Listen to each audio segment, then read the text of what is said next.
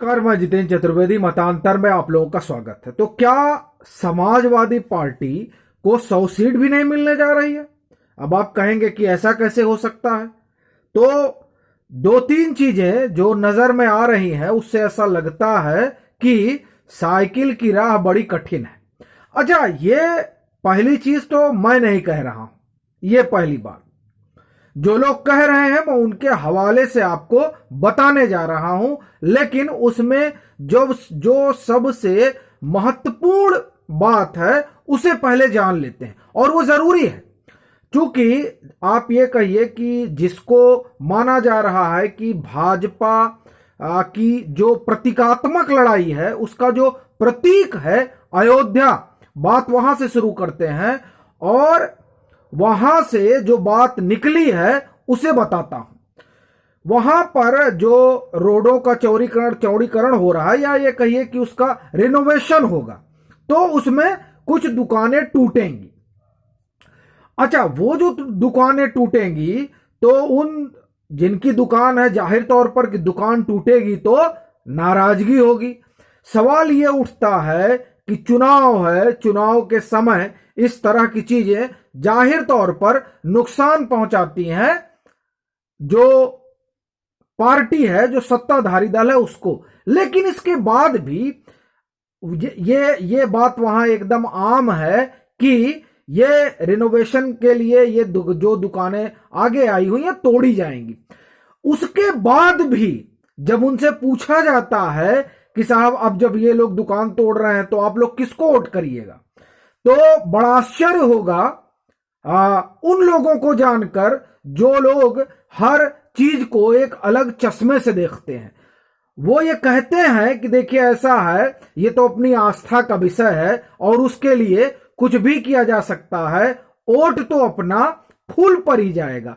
ये कौन लिख रहा है? ये ना मैं कह रहा हूं ना मैं लिख रहा हूं, ये राजदीप सरदेसाई कह रहे हैं कि उन्होंने अयोध्या में बातचीत में ऐसा पाया।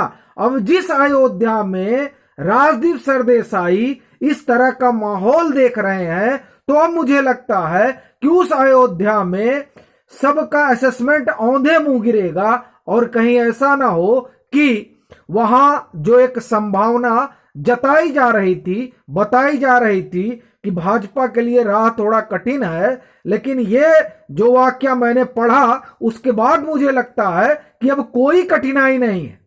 ये जो आस्था है ये सारे मुद्दों और मसलों पर ऐसा लगता है कि भारी पड़ रही है। तो हो सकता है कि अयोध्या में वो हो जाए जिसकी कल्पना किसी ने नहीं की है, यार कोई नहीं कर पा रहा है, वो ये कि वहां फिर से कमल खिल जाए। एक बात तो ये हुई। दूसरी बात, ये अभी मैं आपको जो बता रहा हूं वो राजदीप सरदेसाई ने जो अपना ओपिनियन पीस लिखा है उससे आपको बता रहा हूं। फिर वो कानपुर की घटना बताते हैं, कहते हैं कि साहब वहां भी मैं टहलते हुए, और बकायदे बिरादरी लिख रहे हैं कुर्मी। और आपको ये मैं फिर से याद दिलाऊं कि जब हम 5वें 6वें 7वें चरण की बात करते हैं, कम से कम 6वें चरण तक, तो ये जो बिरादरी है ये बहुत डिसेसिव है। उसके बारे में वो लिखते हैं कि उनसे जब बातचीत हुई तो उस बातचीत में जो चीज निकल कर आई वो ये कि वो लोग मोदी योगी की तरफ उनका रुझान दिखाई दिया। वो यही नहीं रुकते हैं, वो कहते हैं कि किसान आंदोलन से जो एक पॉलिटिकल लीड लेने की एक पूरी कवायद हुई थी, वो कवायद लगता है ऐसा कि शिथिल पड़ गई है। अब आप देखिए, ये पॉलिटिकल लीड लेने की जो पूरा ताना बाना था, वो ताना बाना आप गौर करिए कि खास उसका प्रभाव पश्चिम में पड़ना चाहिए था। तो वो जो कह रहे हैं और वो लिखते हैं कि ऐसा लगता है कि वो जो टेक्टोनिक क्रिएट किया गया था, मतलब वो हलचल, उसके बाद ऐसा मालूम पड़ता है कि पॉलिटिकल लैंडस्केप जो है स्टेबल हो गई।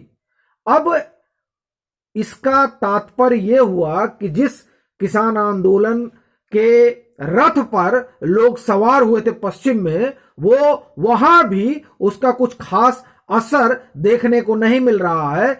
ये कम से कम मतांतर पर तो हम लोगों ने ये कहा ही था कि उस तरह का कोई मोमेंटम ऐसा नहीं लगता कि पैदा हुआ होगा। और आप आगे आइए तो आगे भी कोई उस तरह का मोमेंटम नहीं दिखाई देता। खैर, हम आते हैं राजदीप सरदेसाई की बात पे। तो वो ये दो चीजें कहते हैं और वो तीसरी बात बताते हैं कि यहां देखिए भाजपा सीधे तौर पर लीड ले रही है और उसकी वो वजह बताते हैं कि भले से अखिलेश यादव ने एक आप ये कहिए कि तमाम जातियों को जोड़ा हो और अपना जो एमवाई समीकरण है उससे बाहर निकलने की कोशिश की हो, लेकिन वो जो स्ट्रॉन्ग मैन वाली एक इमेज है उसको वो नहीं गढ़ पाए हैं और अभी भी उनको एक कमजोर प्लेयर के रूप में देखा जाता है। एक बात तो ये हुई। दूसरी बात वो एक कहते हैं, आप देखिए कि अभी भी लोग नोटबंदी की बात करते हैं, लेकिन ये वो नहीं समझ पाते हैं कि दरअसल उस नोटबंदी ने जो भाजपा है उसे प्रो पुअर उसकी इमेज बनाई, मतलब जो गरीबों की चिंता करती है। और ये नोटबंदी का मामला उठाकर असल में जो मिडिल क्लास है, जिसको माना जाता है कि वो परंपरागत रूप से भाजपा का वोटर है, उस वोटर को तोड़ने की कवायद की जाती है। लेकिन दिलचस्प बात देखिए कि वो कवायद, ये जो मिडिल क्लास है, जब आप शहरों में टहलते हैं तो इस मिडिल क्लास ने इस नाम पर वोट किया है कि हमारी सुरक्षा तो कम से कम इस सरकार में हो रही है। तो आप देखिए नोटबंदी का नाम लेकर ये यहां भी फेल हो जाते हैं, उस मिडिल क्लास को नहीं तोड़ पाते हैं। वो सुरक्षा के लिहाज से भाजपा से चिपक जाता है और जब आप ग्राउंड नीचे जमीन पर जाते हैं, जिन्हें आप सर्वहारा कहते हैं, वहां पर उसका जो प्रो पुअर वाली इमेज है, नोटबंदी या इस तरह के जो कठोर आप निर्णय है, उसके कारण जो एक इमेज बनी वो इमेज उसको फायदा पहुंचाती है। और उसी में से एक जो आप राशन देख रहे हैं, जो लोक कल्याणकारी योजनाएं हैं, खासकर किसानों को लेकर जो उनके खाते में पैसे जाते हैं, और ये माना जा रहा है कि तकरीबन 25 मिलियन जो बेनिफिशियरी हैं वो उत्तर प्रदेश के ही हैं। ऐसी स्थिति में ये देख पाना और समझ पाना कि यहां भाजपा की जमीन खिसक रही है या कमजोर हो गई है, ये कहना बड़ी भूल होगी। एक तो ये हुआ जो वो उनके ऑब्जर्वेशन से चीजें निकलती हैं, वो मान रहे हैं कि भाजपा बहुत आगे जा रही है। और एक जो बड़ी चीज जो सभी लोग देख रहे हैं, लेकिन मुझे लगता है कि आंखें बंद कर लिए हैं, लेकिन इसको भी रेखांकित कर रहे हैं राजदीप सरदेसाई। वो इसको मान रहे हैं कि ये जो भाजपा ने रेनबो बनाया है उस रेनबो में टूटन नहीं है। वो जब इस बात को कहते हैं तो अब आप देखिए फाजिल नगर की घटना।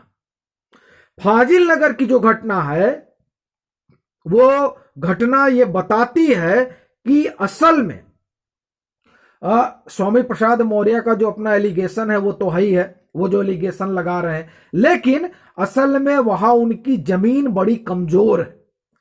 और वो इतनी कमजोर है कि उनको इस बात का अंदेशा है कि कहीं जिस पार्टी के टिकट पर वहां खड़े हुए हैं वहीं भीतरघात ना हो जाए, एक बात। दूसरा, उनको यह लगा था कि जब वो यहां से टूटेंगे, और यही समाजवादी पार्टी भी सोच रही थी कि जब वो भाजपा से टूटकर समाजवादी पार्टी में आए हैं तब वो अपने साथ वो 6% का वोट लेकर भी आए होंगे। लेकिन अब जमीन पर यह साफ हो चुका है कि असल में वो कुछ लेकर नहीं आए हैं, वो एक बैगेज साबित होने वाले हैं। यही वजह है कि अब एक ये भी उनके ऊपर एक तरह से कहिए कि कहा जा रहा है कि हो सकता है सिंपैथी वोट गेन करने की कवायद हो, ताकि कम से कम सीट तो बचे। क्योंकि वहां जो दूसरे कैंडिडेट हैं वो भी इन्हीं की बिरादरी से आते हैं, और जब अपनी ही बिरादरी में आधार ना हो तब इस तरह की चीजें करनी पड़ती हैं। एक चीज और,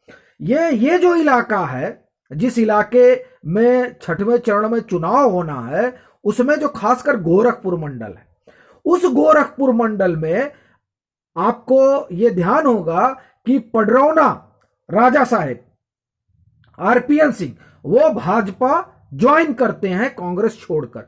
वो जिस समूह से आ रहे हैं उसका भी एक बड़ा वोट बैंक इस गोरखपुर मंडल में है और बड़ा असर है उनका। हर मुझे लगता है तकरीबन दर्जन भर से ज्यादा ऐसी कॉन्स्टिट्यूएंसी होंगी जहां पर, इस गोरखपुर मंडल की मैं बात कर रहा हूं अभी, और इधर उधर की मैं नहीं, अभी हम लोग गोरखपुर मंडल की बात कर रहे हैं। तो यहां पर वो आप ये मानकर चलिए कि जो दर्जन भर से ज्यादा विधानसभा है उसमें 20,000, 25,000, 30,000, 40,000, 50,000 इस तरह का वो उनका वोट बैंक है।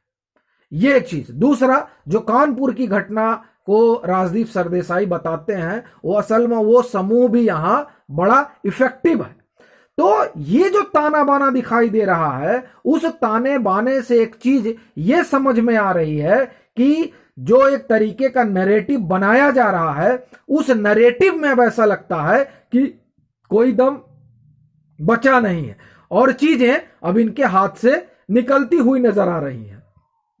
अगर ऐसा नहीं होता तो 2-3 बातें तो अब मान कर चलिए कि नहीं होती।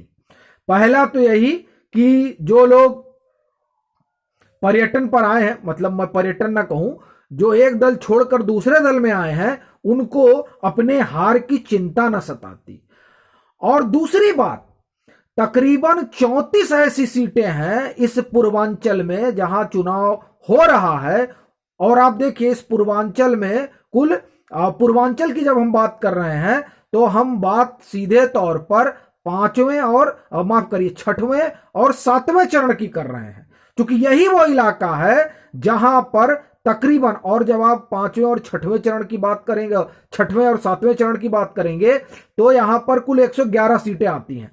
अब उनमें से 34 सीटें ऐसी हैं जहां भारी सरदर्द है सीधे तौर पर, और उसकी वजह कहीं बगावत हो गई है समाजवादी पार्टी में, कहीं जो लोग हैं वो टिकट ना मिलने से नाराज हैं, टिकट कटाने से नाराज हैं। इस तरह की जो परिस्थितियां हैं, जैसे अब आप एक रुद्रपुर, ये देवरिया, अगर हम देवरिया की बात करें तो अगर आप उसको एक जिला लें तो उस जिले में कॉन्स्टिट्यूएंसी ये भी है, वहां एक अलग समस्या है। अच्छा, फाजिल नगर गए तो वहां समस्या है ही है। तो ये अकेली नहीं है, खड्डा में समस्या अलग है, वो भी एक विधानसभा है। फिर आप देखिए कि ये अंबेडकर नगर, ये इसका भी चुनाव इसी 6वें चरण में होना है। यहीं से लालजी वर्मा और रामाचल राजभर आ गए हैं। अब यहां पर जो उनके दूसरे कद्दावर नेता जो सपा से जुड़े हुए हैं थे, और इनके आने की वजह से उनका टिकट कटा, तो आप जान ही रहे हैं कुछ लोग तो भाजपा में ही चले गए। तो ये जो तमाम चीजें हुई हैं, ये तमाम बातें ये बताती हैं कि किस तरह की भीतरघात एक समाजवादी पार्टी के भीतर, दूसरा जो लोग आए उनका अपना आधार, ये चूंकि जो लोग चुनाव जीतते रहे, जो लोग अंबेडकर नगर में आए, वो एक खास कॉम्बिनेशन की वजह से चुनाव जीतते थे। अब वो कॉम्बिनेशन तो बसपा के पास चला गया, तो क्या वो चुनाव निकाल पाएंगे?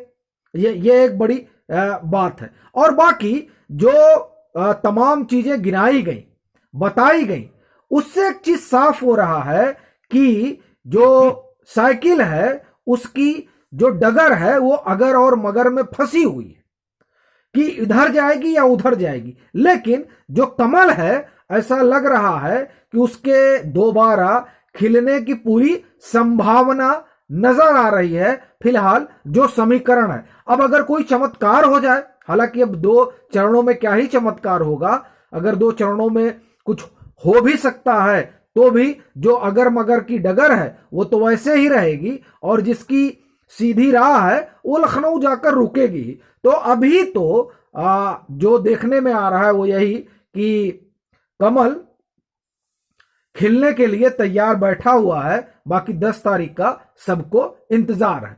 अभी के लिए इतना ही। अगर आप मतांतर से नहीं जुड़े हैं तो जुड़िए, वीडियो को लाइक कीजिए, शेयर कीजिए और अपने सुझाव जरूर साझा कीजिए।